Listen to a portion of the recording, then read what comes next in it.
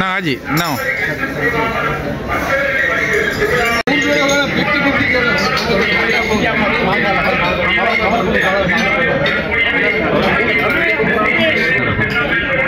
மாஷாஅல்லாஹ் இந்த கண்ணே நடந்துட்டே மூணு ரெண்டு பேக் போடும் அல்ஹம்துலில்லாஹ் நீங்க வந்து ரெண்டு பேக் போடு பேக் செகண்ட் முஹப்பத் டிவி மாஷாஅல்லாஹ் முஹப்பத் டிவி வார அல்ஹம்துலில்லாஹ் வந்திருக்காங்க அல்ஹம்துலில்லாஹ் இனிமே ஃபைனல் வந்து உங்களோட ஒரு வார்த்தையை சொல்லிருங்க வந்து சொல்லிட்டானே இல்ல ஒரே வார்த்தையோட முடிச்சு இன்று நாங்கள் நடத்திய இந்த நினைவு பேருரை நிகழ்வு ஷேக் அகார் முகமது அவர்கள் வந்தார்கள் பேசினார்கள் இலங்கை முஸ்லிம்களுடைய வரலாற்றை நாங்கள் இங்கே அறிமுகப்படுத்தி வீடியோ காட்டினோம் கல்கனையில் வந்த சகோதரர் கால்தீன் முகமது கேஎம்பியூஸ் பிரபலமான ஒரு சமூக ஊடகம் பங்களிப்பு செய்திகள் ரொம்ப நன்றி. ஆதி முஸ்லிம் சலாதீன் அவர்கள் இருக்கு பூரண அனுசரணை வழங்கினார்கள். மெப்சால கொஞ்சம் நாங்கள் ரூம் பண்ணினோம். அந்த வகையில் மிகச் சிறப்பாக வந்து கலந்து கொண்ட அத்தனை பேருக்கும் ரொம்ப நன்றி. அதே நேரம் எங்கள் சலாதி மௌலைக்காக வேண்டி அனைவரும் இன்ஷால்லா முடியுமானவரை துவா செய்யுங்க. அதே நேரம் முஸ்லீம் சலாவுதீன் அவர்களுக்காக வேண்டி முடியுமானவரை துவா செய்யுங்க. சமூகத்துக்காக வேண்டி நிறைய கஷ்டப்படக்கூடிய ஒருத்தர். ஸோ அவருக்காக வேண்டி முழு மூச்சா இன்ஷால்லா எல்லாரும் துவா செய்யுங்க.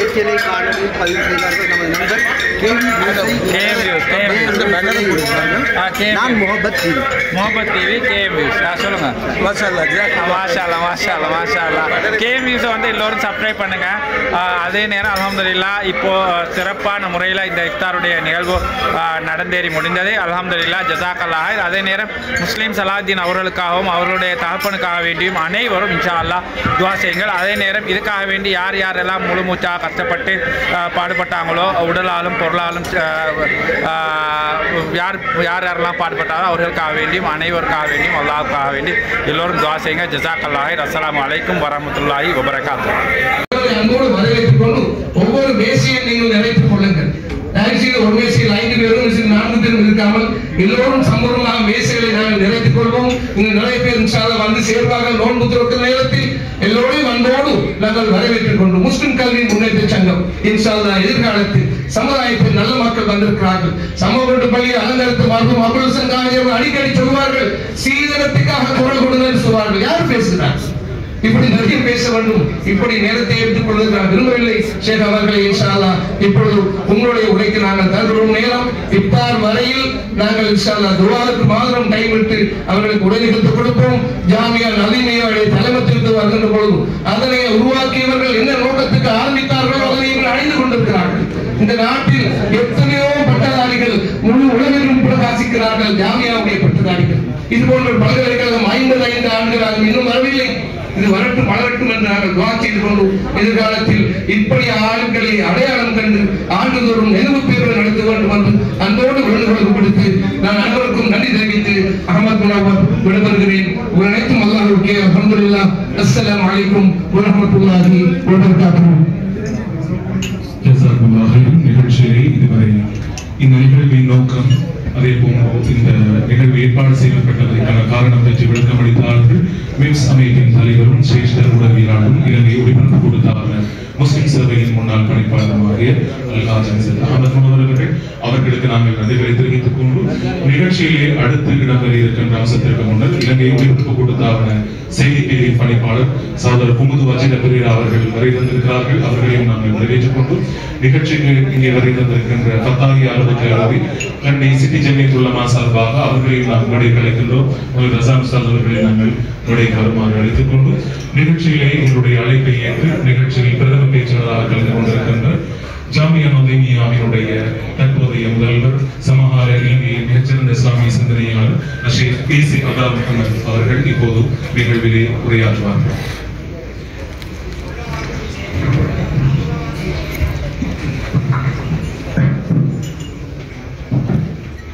பிஸ்மில்லாஹிர் ரஹ்மானிர் ரஹீம். அல்ஹம்துலில்லாஹி ரப்பில் ஆலமீன். வஸ்ஸலாத்து வஸ்ஸலாமு அலா அஷ்ரஃபில் அன்பியாஇ வ ஸய்யிதில் முர்ஸலீன் سيدنا محمد وعلى آله وصحبه ومن تبعهم بإحسان إلى يوم الدين. مولانا مولوي சலாஹுத்தீன் பாரி அவர்களே, அவர்களுடைய வாழ்வை பணிகளை நினைவு கூறும் நோக்கத்தோடு ஒழுங்கு செய்யப்பட்டிருக்கின்ற இந்த மகத்தான நிகழ்வுக்கு தலைமை வகிக்கின்ற எனது பேரன்புக்கும் பெருமதிப்புக்கும் உரிய சகோதரர் தென்கிழக்கு பல்கலைக்கழக வேந்தர் ஜனாதிபதி சட்டத்தரணி கலாநிதி ஃபாயிஸ் முஸ்தபா அவர்களே, மர்ஹூம் சலாஹுதீன் பாரி ரஹ்மத்துல்லாஹ் அவர்களுடைய புதல்வர் மதிப்புக்கும் அன்புக்கும் உரிய அல்ஹாஜ் முஸ்லிம் சலாஹுதீன் அவர்களே, முஸ்லிம் கல்வி முன்னேற்ற சங்கத்தின் ஸ்தாபக தலைவர், இந்த நிகழ்வின் பிரதம ஏற்பாட்டாளர் எனது அன்புக்கும் மதிப்புக்கும் உரிய சகோதரர் அல்ஹாஜ் அஹ்மத் முனவர் அவர்களே, சங்கத்தின் உறுப்பினர்களே, இங்கு மேடையில் விட்டிருக்கின்ற மதிப்புக்குரிய புர்ஹான் ஹசரத் அவர்களே, இனிய மரியாதைக்குரிய உலமாக்களே, மதிப்புக்குரிய சகோதரர்களே, அஸ்ஸலாமு அலைக்கும் வரஹ்மத்துல்லாஹி வபரகாத்துஹு. இத்தகைய நினைவேந்தல் நிகழ்வுகள் ஏன் நடாத்தப்பட வேண்டும் என்பதை சகோதரர் முனவர் ஹாஜி அவர்கள் தொட்டு காட்டினார்கள். ஆரம்பமாக நம்மோடு வாழ்ந்து நம்மை விட்டு பிரிந்தவர்களுடைய நலவுகளை நினைவு கூறுவது என்பது ஒரு முக்கியமான அமல்.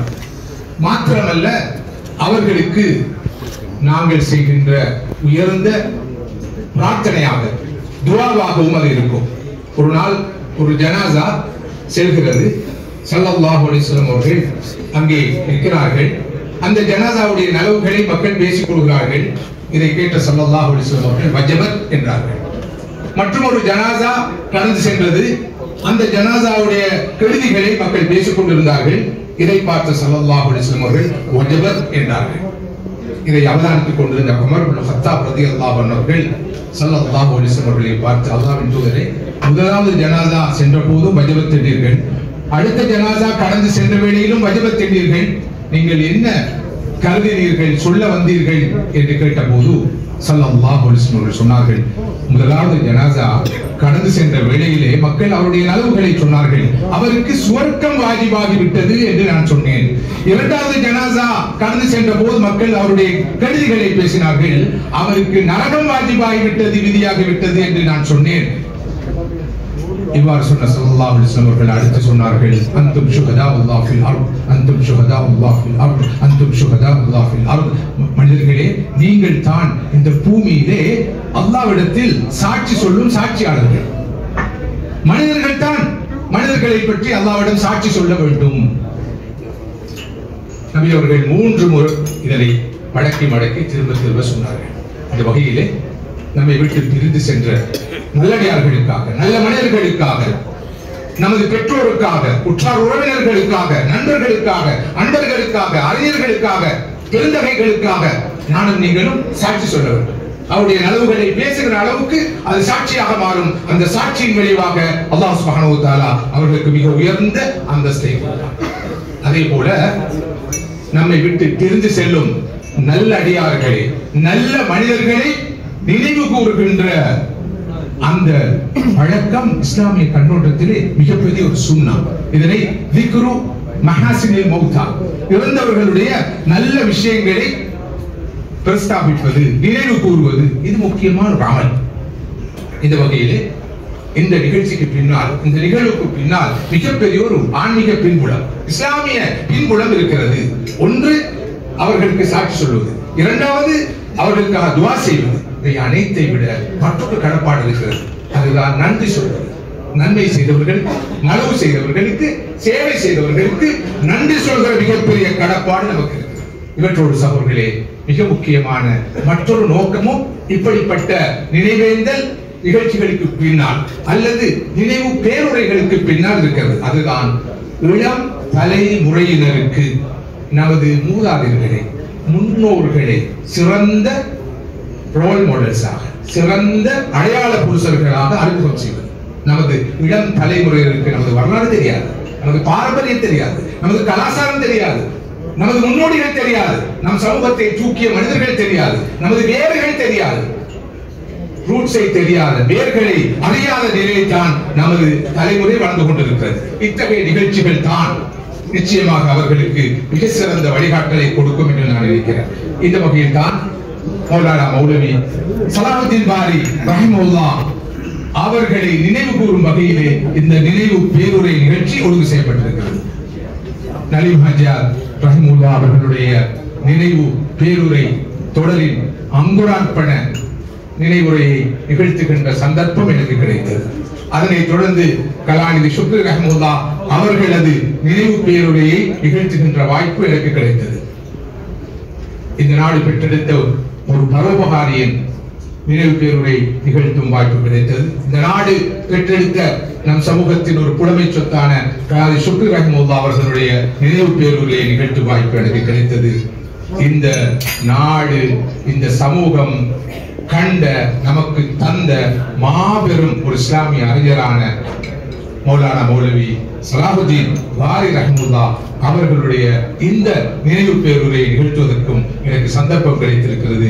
இதனை நான் ஒரு அருளாக மாத்திரமல்ல, மிகப்பெரிய பெருமையாகவும் கருதுகிறேன். இந்த நல்ல வாய்ப்பை எனக்கு தந்த ஏற்பாட்டாளர்களுக்கு இந்த சந்தர்ப்பத்திலே நான் துஆ செய்ய கடமைப்பட்டிருக்கிறேன்.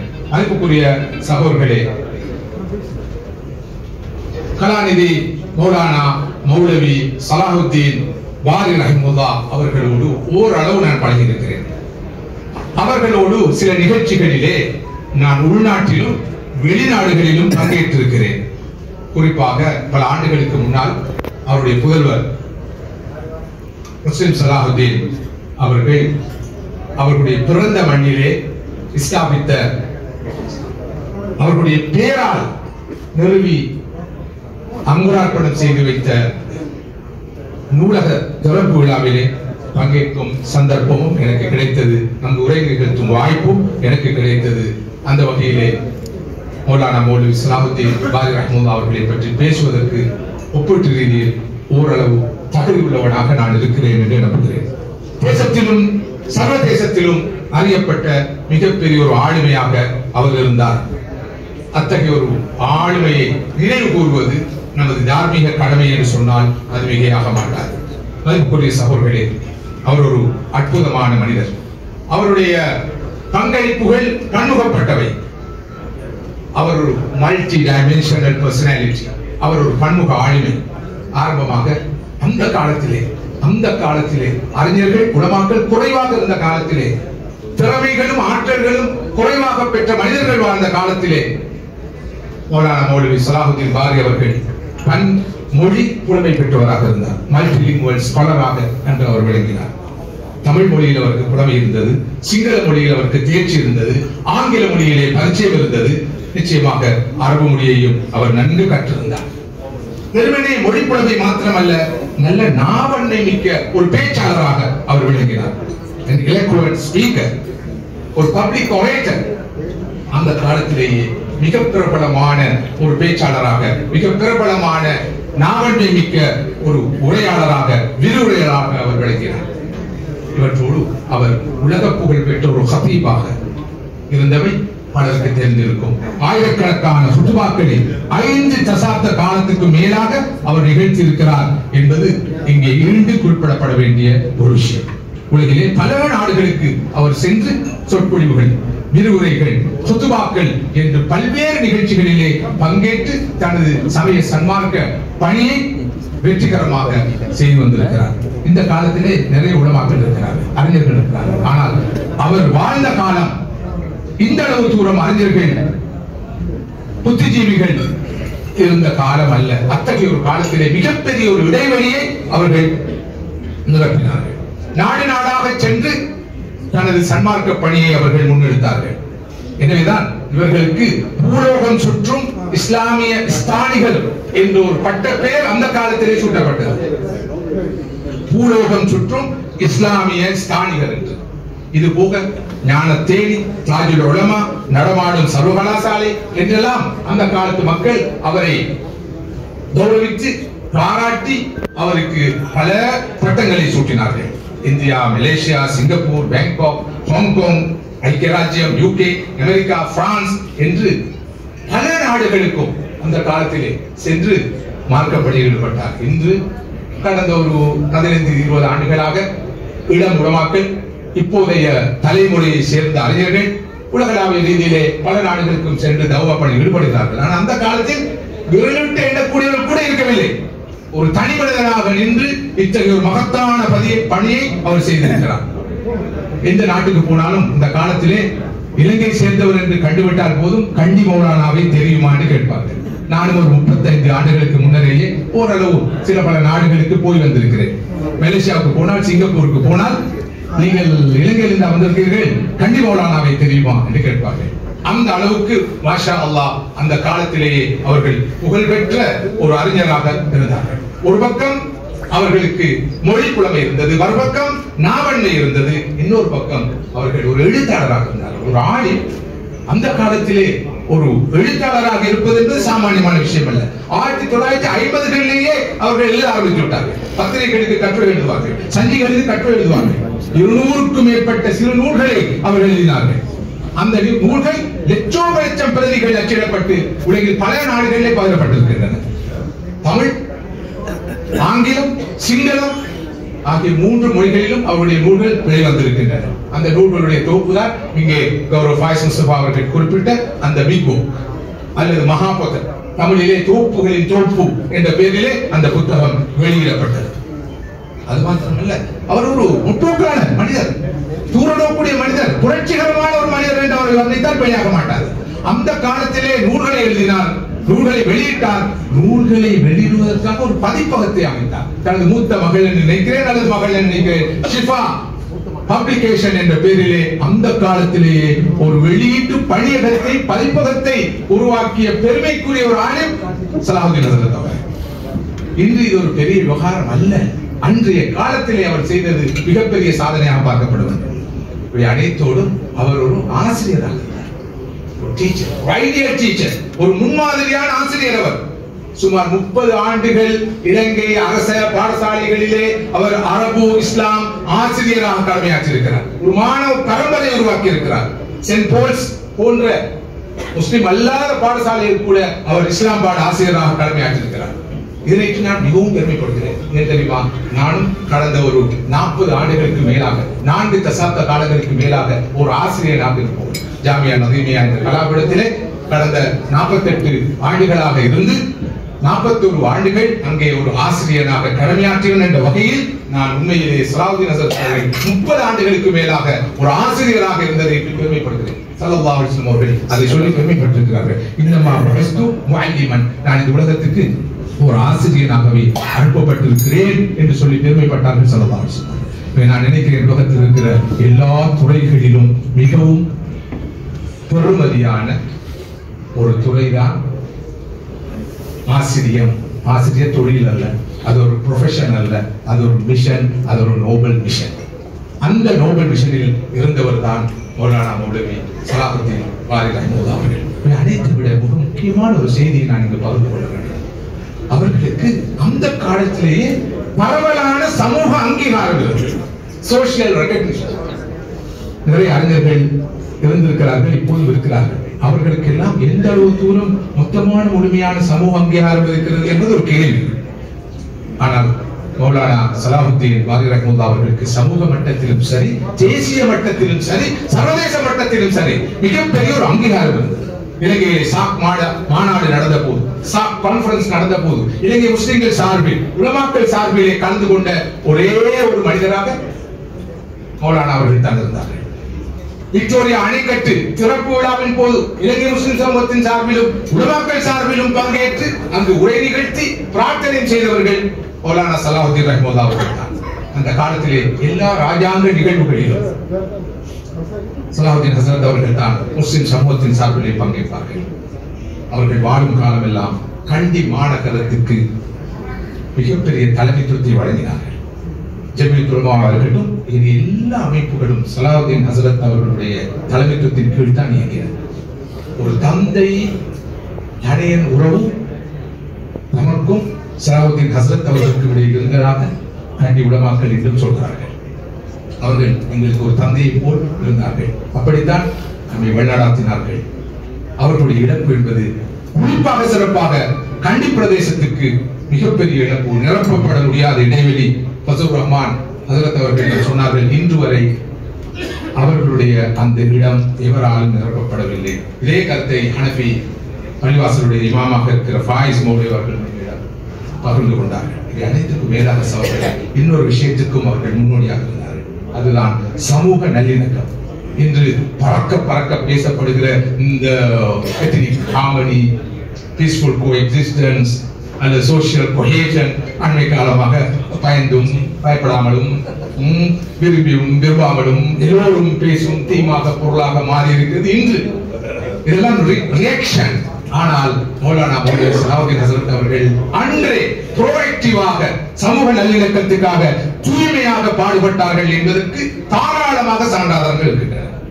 அவர்கள் பிற மத தலைவர்களோடு நல்லுறவு பாராட்டினார்கள். குறிப்பாக இலங்கையுடைய பௌத்த தலைமை பீடம் இருக்கும் இடம் கண்டி அஸ்கிரிய பீடம், மல்வத்து பீடம் ஆகியவற்றோடும் அதனுடைய தலைமை குருமார்களோடும் பீடாதிபதிகளோடும் மிக நெருக்கமான தொடர்பு வைத்திருந்தார்கள். எந்த அளவுக்கு என்றால் ஹனஃபி பள்ளியை புனர்நிர்மாணம் செய்யும் பணியில் அவர்கள் ஈடுபட்டிருந்த போது சில பல நடைமுறை பிரச்சனைகள் வந்த சந்தர்ப்பங்களிலே பீடங்களுடைய பெரியவர்களை எல்லாம் சந்தித்து அவர்களை எல்லாம் அணுகி அவர்கள் மிகவும் வெற்றிகரமாக எல்லா பிரச்சனைகளையும் கையாண்டது மாத்திரமல்ல, திறப்பு விழாவின் போது, மஸ்ஜிதுடைய திறப்பு விழாவின் போது அந்த பீடாதிபதிகளை அழைத்து அவர்களை கௌரவித்து அவர்களும் அன்னாருடைய அழைப்பை ஏற்று அந்த திறப்பு விழாவிலே கலந்து கொண்ட வரலாற்றையும் இங்கு நான் நினைவுபடுத்தியிருந்தேன். இவை அனைத்துக்கும் மேலாக அவர்களே மிக முக்கியமான ஒரு விஷயத்தை நான் சொல்ல வேண்டும். அவர்கள் பன்மொழி புலமை கொண்டவர், பேச்சாளர், எழுத்தாளர், சமூக நல்லிணக்கத்தின் முன்னோடி. இவை அனைத்துக்கும் அப்பால் மிக உயர்ந்த பண்பாடுகளை கொண்ட ஒரு மனிதராக இருந்தார். எல்லா உயர்ந்த ஆளுமை பண்புகளும் அவரிடம் காணப்பட்டன. அவர்கள் ஒரு கேரிஸ்மேட்டிக் பர்சனாலிட்டி. அவர்கள் மிகவும் வசீகரமான ஒரு கவர்ச்சியான ஆளுமை. அல்-முஃமின் யஅலஃப் வ யுலஃப் வலா கைர ஃபீமன் லா யஅலஃப் வலா யுலஃப். ஸல்லல்லாஹு அலைஹி வஸல்லம் சொன்னார்கள், மூமின் என்றால் அடுத்தவரோடு பழகுவான், அடுத்தவர்களும் அவனோடு பழகுவார்கள். யார் அடுத்தவரோடு பழக மாட்டாரோ, யாரோடு அடுத்தவர்கள் பழக மாட்டார்களோ அவர் நல்ல ஒரு மனிதர் அல்ல, நல்ல ஒரு மூமின் அல்ல என்று சொன்னார்கள் ஸல்லல்லாஹு அலைஹி வஸல்லம். அடுத்தவரோடு பழகுகின்ற அடுத்தவர்களும் அவரோடு பழகுகிற அளவுக்கு தான் அவர்களுடைய பண்பாடுகள் இருந்தன. லீடர்ஷிப் குவாலிட்டிஸ், உயர்ந்த தலைமைத்துவ பண்புகள் அவரிடம் காணப்பட்டன. அவர்கள் ஒரு பக்கம் மிகவும் மேன்மையானவர்கள், மிக சாஃப்டானவர்கள், இன்னொரு பக்கம் மிகவும் கண்டிப்பானவர்களும் கூட. எல்லா பிரச்சனைகளையும் சாணக்கியத்தோடு கையாள்வார்கள். கண்டி பிரதேசத்துக்கு மிகப்பெரிய அரணாக பலமாக அவர்கள் விளங்கினார்கள். மக்கள் எல்லோரும் மீது கட்டுப்பட்டார்கள். ஒரு ஆலிமர் சொன்னார், சலாவுதீன் ஹஸரத் அவர்களுடைய பேச்சை அந்த காலத்து உலமாக்களும் சரி, பொதுமக்களும் சரி, சமூக தலைமைகளும் சரி வேத வாக்கை போன்று பார்த்தார்கள். அந்த அளவுக்கு அவருடைய பேச்சுக்கு அங்கீகாரம் இருந்தது.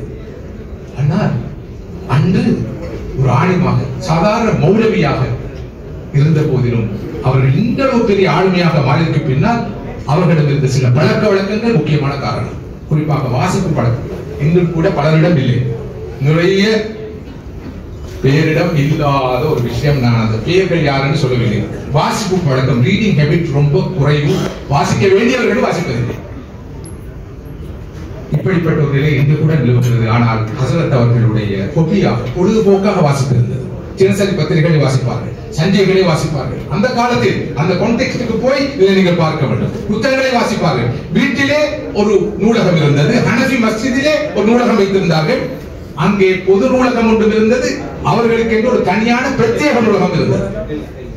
அனைத்துக்கும் மேலாக நேர்த்தியாக ஆடை அணிவார்கள். அவர்களோடு அற்புதமான ஆளுமை, அழகாக ஆடை அணிவார்கள். எனக்கு ஞாபகம் இருக்கிறது, எனது பாடசாலை பருவத்தில் தான் 7-8ஆம் வகுப்பில் நான் படித்துக் கொண்டிருக்கும் போது குருநாகலிலே ஒரு பாடசாலையில் நடந்த இஸ்லாமிய வைபவத்தில் நான் பங்கேற்ற ஞாபகம் இருக்கிறது. அங்கே அழகாக சஃபாரி அணிந்த ஒரு ஆளின் வந்து உரை நிகழ்த்தினார்.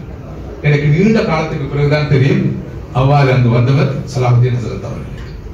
அந்த அளவுக்கு மிக அழகான ஒரு கவர்ச்சியா ஆளுமை மாத்திரம் அல்ல, மிக அழகாக ஆடை அணிகின்ற பழக்கம் அவர்கள் இருந்தது. அன்னாரிடம் எளிமையும் பணிவும் இருந்தது. குறிப்பாக சொல்வார்கள், ஒரு சபைக்கு போனால் ஏழைகள், சமூகத்தில் ஏதோ ஒரு காரணத்தினால் புறக்கணிக்கப்பட்டவர்கள் இருக்கும் சகலுக்கு போய் அமர்ந்து கொண்டு அவர்களோடு உணவு அருந்துவார்களாம். அவருடைய உணவு, உடை, போக்குவரத்து அனைத்திலும் எளிமைப்படுத்தப்பட்டது. பணிவும் தன்னடக்கம் இருந்தது. எப்போதும் முன்னோட்டத்தோடு இருப்பார்கள், வளர்ந்த குணத்தோடு இருப்பார்கள். சிறியோர் பெரியோர் என்ற பாகுபாடு இல்லாமல் எல்லோரும் பழகுவார்கள், கனிவாக பேசுவார்கள். இந்த கர்வம், பெருமை, தலைக்கணம், இன்டெலெக்சுவல் அரகன்ஸ், நான் ஒரு ஆலிம், நான் இந்த காலத்தில் முடிசூடா மன்னன், உலக புகழ் பெற்ற பேச்சாளன், எழுத்தாளன் என்ற அந்த பார்வையே அவரிடம் இருக்கவில்லை. மிகவும் மென்மையான மனிதன் என்று நான் சொன்னேன். ஸல்லல்லாஹு அலைஹி வஸல்லம் பண்புகள் இவை அனைத்துக்கும் மேலாக நன்றி பாராட்டும் ஒரு உயர்ந்த குணம் அவரிடம் இருந்தது. பெரிய சிறிய எல்லா உதவிகளுக்காகவும் நன்றி பாராட்டுவார்கள், துஆ செய்வார்கள். ஒரு பக்கம் பணிவு, யார் பணிவோடு நடந்து கொள்கிறாரோ அவரை அல்லாஹ் உயர்த்துவார். மறுபக்கம் நன்றி சொல்லும் மனப்பான், யார் நன்றியோடு நடந்து கொள்கிறாரோ அல்லாஹ் அவருக்கு தனது அற்புதங்களை அதிகரித்து கொடுப்பான் என்று பிறரை மதிக்கும் பண்பும் அவர்களிடம் நிறைவாக காணப்பட்டது. இவற்றோடு ஒரு ஆலிமாக இருந்த போதிலும் அவர்கள் தர்மமும் சமூக சேவையும் செய்வதிலே அதிக ஈடுபாடு காட்டினார்கள். சுமார் 40 ஆண்டுகள் பணிபுரிந்த ஹனஃபி பள்ளிவாசல் புனர் நிர்மாண பணிக்கு முன்னோடி அவர்கள். இன்று கன்னி மாநகரிலே முஸ்லிம்களுடைய கலாச்சாரத்தின் சின்னமாக விளங்கும் அந்த ஹனஃபி மஸ்ஜிதை புனர் நிர்மாணம் செய்வதற்கு தலைமைத்துவம் வழங்கியவர்கள் ஹஸ்ரத் அவர்கள் தான். 40 ஆண்டு காலம் அந்த பள்ளிவாசலிலே அவர்கள் பணியாற்றினார்கள். அதன்போது எதிர்கொண்ட சவால்களை அவர்கள் வெற்றிகரமாக சமாளித்தார்கள் என்று நான் ஏற்கனவே குறிப்பிட்டேன். இவற்றோடு இவர்கள் மற்றும் பல சமூக பணிகளில் ஈடுபட்டார்கள். கண்டி இஸ்லாமிய நிலையத்தின் பணிப்பாளராக இருந்தார், வக்ஃப் சபை உறுப்பினராக இருந்தார்கள், அகிலங்கை மட்டத்து சமாதான நீதிவானாக செயல்பட்டார்கள், தேசிய சர்வதேச மாநாடுகளில் பங்கேற்றார்கள், நிகழ்வுகளில் பங்கேற்றார்கள். இவர்களது இத்தகைய சமூக சமய சன்மார்க்க பணிகளுக்கு தேசத்திலும் சர்வதேசத்திலும் பல பாராட்டுகள் கிடைத்தன, விருதுகள் கிடைத்தன. கௌரவ கலாநிதி பட்டம் இவர்களுக்கு வழங்கப்பட்டது. தேசமானிய, தேசகீர்த்தி, கலாபூசணம் முதலான பட்டங்கள் எல்லாம் இவருக்கு வழங்கப்பட்டன. அனைத்துக்கும் மேலாக என்னை பொறுத்தவரை தனிப்பட்ட முறையில் ஹஸரத் அவர்களுடைய வாழ்க்கையில் என்னை கவர்ந்த, ஈர்த்த, ஆகர்ஷித்த ஒரு பண்பு இருக்கிறது. அதுதான் இயக்க பாகுபாடு இல்லாமல், வேறுபாடு இல்லாமல் அனைவரையும் அரவணைத்து, தரிகாக்களாக இருக்கலாம், ஜமாத்துகளாக இருக்கலாம், அமைப்புகளாக இருக்கலாம், அனைத்தையும் அரவணைத்து சென்ற ஒரு மா மனிதராக, ஒரு முன்மாதிரி மனிதராக, ஒரு அடையாள புருஷராக அவரை நான் பார்க்கிறேன். வேற்றுமையில் ஒற்றுமை காண வேண்டும், முரண்பாட்டில் உடன்பாடு காண வேண்டும், யூனிட்டியின் டைவர்சிட்டி, விவிதத்துவ என்றெல்லாம் நாம் அன்னை காலமாக பேசி வருகிறோம். நான் கடந்த 4 தசாப்த காலமாக இதை பேசி வருகிறேன். அடுத்தவர் கேட்கிறார்களோ இல்லையோ நான் பேசி வருகிறேன். ஆனால் ஹஸரத் அவர்கள் தனது வாழ்க்கையின் மூலமாக அதற்கான முழு முன்மாதிரியை காண்பித்தார்கள். இது அவருடைய வாழ்க்கையிலே நீங்கள் பார்க்கக்கூடிய முக்கியமான ஒரு தன்மை, எல்லோரையும் அரவணைப்பது. நான் அடிக்கடி சொல்வதற்கு, உங்களது கால்கள் ஒரு தரிக்காவில் இருக்கலாம், ஜமாத்தில் இருக்கலாம், இருந்துவிட்டு போகலாம், இருக்கலாம், இல்லாமல் இருக்கலாம். ஆனால் கண்டிப்பாக கட்டாயமாக உங்களது கண்கள் உம்மத்தில் இருக்க வேண்டும். இதற்கு சிறந்த நமூனாவாக விளங்கியவர்கள் மௌலானா மௌலவி சலாஹுத்தீன் பாரி. அவருடைய ஆன்மீக வாழ்க்கை அற்புதமான சகோதரர்களே. அல் குர்ஆனோடு அவர்கள் நெருக்கமான தொடர்பு இருந்தது. நானும் எனது பேச்சுகளிலே அல் குர்ஆனை கல்பு குளிர, கண் குளிர, இரவெல்லாம் பகலெல்லாம் நாம் ஓத வேண்டும் என்று சொல்வேன். எங்கிருந்து இந்த கல்பு குளிர, கண் குளிர என்ற வார்த்தைகளை நான் பெற்றேன் என்று முந்தல் நாள் சிந்தித்தேன். 100க்கு 100 வீதம் சலாஹுத்தீன் ஹஸரத் அவர்களுடைய ஒரு துஆ தான் எனது மனப்பதிவாக மாறி, அங்கிருந்து பெற்ற அந்த வார்த்தைகள் தான் என்னுடைய நாவிலும் அவ்வப்போது மொழியப்படுகிறது என்பதை நான் ஆழமாக உணர்ந்தேன். அந்த வகையில் அவரை ஒரு ஆசானாக பார்த்தால் அது பிழையாக இருக்க மாட்டாது. அற்புதமான மொழி நடையில் உருக்கமாக அவர்களுடைய உரைகள் அமையும், மாத்திரமல்ல அவர்களுடைய துஆக்களும் அமையும். அவர்கள் குர்ஆனோடு இறுக்கமான தொடர்பு வைத்திருந்தார்கள். ஒரு நாள், ஒரு 35 ஆண்டுகளுக்கு முன்னால் நான் தெஹிவலை சந்தியிலிருந்து மகார்கமை நோக்கி போய் கொண்டிருந்தேன். NIE, national institute of education, Jathika Adhyapana Ayathana என்ற அந்த நிறுவனத்துக்கு இந்த டெக்ஸ்ட் புக்ஸ் மிஷன் சம்பந்தமாக பங்கேற்பதற்காக போய் கொண்டிருந்தேன். பஸ்ஸிலே, அதாவது பப்ளிக் டிரான்ஸ்போர்ட்டிலே போய் கொண்டிருந்தேன். சுமார் 35 ஆண்டுகள். அப்போது ஒரு மனிதர் தொப்பி அணிந்து, வெள்ளை ஆடை அணிந்து குர்ஆனை ஓதிக் கொண்டிருக்கிறார். எங்கே? பஸ்ஸிலே ஒரு ஆசனத்தில் போய் பார்த்தேன். இந்த நேரமும் அவர்கள் குர்ஆனை ஓதிக் கொண்டிருப்பார்கள், அல்லது திக்ரில் இருப்பார்கள், அல்லது ஸலவாத் ஓதிக் கொண்டிருப்பார்கள். ஸலவாத்தில் அவர்களுக்கு அதிக ஈடுபாடு இருந்தது. ஒவ்வொரு நாள் காலையிலும் அவர்கள் வாக்கிங் போவார்கள். ஒவ்வொரு நாளைக்கு ஒவ்வொரு தெருவை, ஒவ்வொரு வீதியை தெரிவு செய்து வாக்கிங் போவார்கள். வாக்கிங் நேரத்திலே அவர் செய்கிற மிகப்பெரிய பணி என்ன தெரியுமா? குர்ஆனை ஓதுவது, திக்ர் செய்வது, குறிப்பாக சிறப்பாக ஸலவாத். புது புது பாதைகளே பயணிப்பார்களாம். கேட்டால் சொல்வார்களாம், எல்லா பாதைகளும் நாளை மறுமையிலே எனக்காக சாட்சி சொல்ல வேண்டும் என்று. நான் செய்த திக்ர்களுக்காக, நான் ஓதிய திலாவத்துக்காக, நான் ஓதிய ஸலவாத்துக்காக. அத்தகைய பாதைகள் 100 தடவை நான் மக்காவுக்கும் மதீனாவுக்கும் செல்ல வேண்டும் என்ற ஒரு ஹாஜத் அவருக்கு இருந்தது. அல்லாஹ் அந்த ஹாஜத்தை பூர்த்தி செய்தார். அவர்கள் 100 தடவைகளுக்கு மேல் மக்காவுக்கும் மதீனாவுக்கும் பயணம் செய்திருக்கிறார்கள். 50க்கும் மேற்பட்ட ஹஜ் கடமைகளை நிறைவேற்றிருக்கிறார்கள். கணிசமான தொகை உம்ராக்களை அவர்கள் நிறைவு செய்திருக்கிறார்கள். ஸலவாத்துடைய மகிமையினால் தான் இந்த அற்புதமான பாக்கியத்தை நான் பெற்றேன் என்று அடிக்கடி அவர்கள் சொல்லிக் கொள்வார்கள் என்ற செய்தியையும் ஒரு ஆள் என்னோடு பகிர்ந்து கொண்டார். சுன்னத்தை ஹயாத்தாக்குவதிலே அவர்களுக்கு ஈடுபாடு இருந்தது. நான் நினைக்கிறேன் அவர்களைப் போல அதிகம் துவா செய்கின்ற, நீண்ட நெடும் துவா செய்கின்ற மற்றொருவரை நான் கண்டதில்லை, நீங்களும் கண்டிருக்க முடியாது. அறிந்தவர்கள் அறிவார்கள்.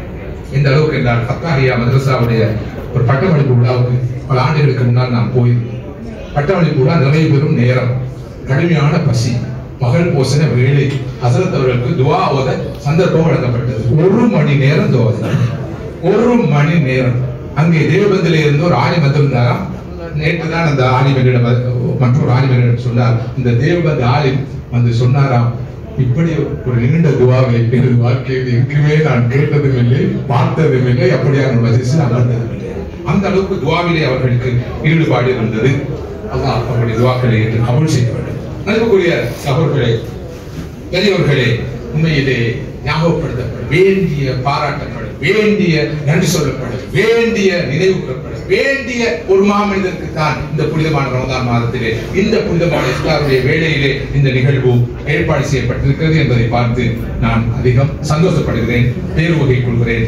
இவற்றோடு அவர்களிடம் இருந்த சில நல்ல பண்புகள், அவர்கள் புறம் பேசுவதில்லை, கோல் சொல்லுவதில்லை, அமானிதம் காக்கிற தன்மை இருந்தது, வீண்விரயம் கிடையாது. எப்போதும் அடுத்தவர்களை பற்றி நல்லெண்ணம் கொள்ளக்கூடியவர்களாக இருந்தார்கள். யாருடைய உள்ளத்தை அவர்கள் காயப்படுத்துவதில்லை, புண்படுத்துவதில்லை. இவையெல்லாம் அன்னாரிடம் இருந்த அற்புதமான பண்புகள் சகோதரர்களே. இத்தகைய ஒரு மனிதனை தான் இங்கு நாங்கள் நினைவுபடுத்துகிறோம். இன்னும் அன்னாரை பற்றி சொல்வதற்கு, பேசுவதற்கு, உங்களோடு பகிர்ந்து கொள்வதற்கு நிறைய விஷயங்களை நான் தொகுத்து வைத்து இருந்த போதிலும் இப்போது இஃப்தாருடைய வேளை நெருங்கிக் கொண்டிருக்கிற காரணத்தினால் அவற்றையெல்லாம் சொல்வதற்கான வாய்ப்பு எனக்கு இல்லை. ஒரே ஒரு செய்தியை, நான் அடிக்கடி சொல்லும் செய்தியை இங்கு நினைவுபடுத்த விரும்புகிறேன். மௌலானா மௌலவி சலாஹுத்தீன் பாரி ரஹ்மத்துல்லாஹ் அவர்களுடைய வாழ்க்கை எனக்கும் உங்களுக்கும் சொல்லுகிற ஒரு செய்தி இருக்கிறது. உனது பிறப்பு ஒரு சம்பவமாக இருந்தாலும் உனது இறப்பு ஒரு சரித்திரமாக மாற வேண்டும். உனது பிறப்பும் ஒரு சம்பவம், உனது மௌத்து மரணமும் பிறப்பும் ஒரு சம்பவம் என்று இருந்தால் உலகத்திலே நீ பிறந்ததற்கு எந்த அர்த்தம் இருக்க முடியாது. சலாஹுத்தீன் பாரி அவர்கள் கல்வினை என்ற அந்த கிராமத்திலே மிக சாதாரண ஒரு குடும்பத்திலே பிறந்தார்கள். அது ஒரு சம்பவம். ஆனால் அவர்கள் ஒரு சரித்திரமாக மாறிதான் இந்த உலகத்திலே இருந்து விடைபெற்று சென்றார்கள். அதனால் தான் இன்று இத்தனை ஆண்டுகளுக்கு பிறகும் அவர்களை உணர்ச்சி பூர்வமாக நாம் நினைவு கூறுகிறோம், அவர்களுக்காக துஆ செய்கிறோம். எப்போது எப்படி ஒருவருடைய வாழ்க்கை சரித்திரமாக மாற முடியும் அதனை சொல்கிறார் காமராஜர், தமிழ்நாட்டுடைய முதலமைச்சர்கள் ஒருவராக. அவர் சொல்கிறார், பிறந்தவர் எல்லாம் வரலாறு ஆனதில்லை, வரலாறு ஆன எவரும் தனக்காக வாழ்ந்ததில்லை, வரலாறு ஆன யாரும் தனக்காக வாழ்ந்ததில்லை. இந்த வகையிலே அப்துல் கலாமுடைய கருத்து முதலாவது நான் சொன்ன கருத்து, உனது பிறப்பு ஒரு சம்பவமாக இருந்தாலும் இறப்பு ஒரு சரித்திரமாக இருக்க வேண்டும் என்று. இரண்டாவது கருத்து காமராஜருக்கு சொந்தமானது, பிறந்தவர் எல்லாம் வரலாறு ஆனதில்லை, வரலாறு ஆன இவரும் தனக்காக வாழ்ந்ததில்லை. தனக்காக, தனது குடும்பத்துக்காக வாழவில்லை, அவர் தன் சமூகத்துக்காக வாழ்ந்தார், தான் பிறந்த நாட்டுக்காக வாழ்ந்தார், தான் ஏற்றுக்கொண்ட கொள்கைக்காக வாழ்ந்தார், தீனுக்காக வாழ்ந்தார், அல்லாஹ்வுடைய திருப்தியை நாடி வாழ்ந்தார், அல்லாஹ்வுடைய இறுக்கமான தொடர்பை ஏற்படுத்திக் கொண்டு வாழ்ந்தார். அதன் விளைவாக அவர் சரித்திரம் படைத்திருக்கிறார், சரித்திரமாக மாறியிருக்கிறார், சரித்திர கதாநாயகனாக அவர் இன்று பார்க்கப்படுகிறார். இந்த குழுமமான இலங்கையின் தலைநகரத்திலே இத்தகைய ஒரு நிகழ்வு ஒழுங்கு செய்யப்பட்டவர் நினைவு கூறப்படுகிறார் என்று சொன்னால் இதுதான் சரித்திரம். இத்தகைய வாழ்க்கை தான் எனக்கு உங்களுக்கு தேவையான வாழ்க்கை. இப்படிப்பட்ட ஒரு வாழ்க்கையை வாழ முடியும் என்று இருந்தால் கியாமத் வரை அனைவருடைய துஆக்களையும் நாம் பெற்றுக்கொண்டே இருப்போம். இது நிச்சயம் அவருடைய புகழ் பாடும் ஒரு நிகழ்வு அல்ல. புகழ் பாடும் ஒரு நிகழ்வு அல்ல, புராணம் பாடும் ஒரு நிகழ்வு அல்ல. மாற்றமாக அவருக்கு நன்றி சொல்லும் ஒரு நிகழ்வு, அவருக்காக சாட்சி சொல்லும் ஒரு நிகழ்வு, ரப்பிடத்திலே அவருக்காக துஆ செய்யும் நிகழ்வு. நானும் நீங்களும் அவருடைய வாழ்க்கையை படிப்படியாக பெற்று எமது வாழ்க்கையை சீராக சிறப்பாக வெற்றிகரமானதாக அடுத்தவருடைய நலனுக்காக நலவுக்காக அமைத்துக் கொண்ட வாழ்க்கையாக அமைத்துக் கொள்ள வேண்டும் என்ற உணர்வை பெற்றுக் கொள்வதற்காக ஒழுங்கு செய்யப்பட்ட நிகழ்வு. அந்த வகையில் அல்லாஹ் சுப்ஹானஹு வ தஆலா இந்த நிகழ்வை கபூல் செய்வானாக, அங்கீகரிப்பானாக. அல்லாஹ் மஃஃபிர் லஹு வர்ஹம்ஹு வஆஃபிஹி வஅஃபு அன்ஹு வஅக்ரிம் நுஸுலஹு வஸ்ஸிம் துஹலஹு வக்ஸில்ஹு பில்மாஇ والثلج والبرد ونقه من الخطايا كما ينقى الثوب الابيض من الدنس. اللهم لا تحرمنا اجره ولا تفتنا بعده واغفر لنا وله. وصلى الله وسلم على خير خلق سيدنا محمد وعلى اله وصحبه اجمعين. سبحان ربك رب العزه عما يصفون وسلام على المرسلين والحمد لله رب العالمين.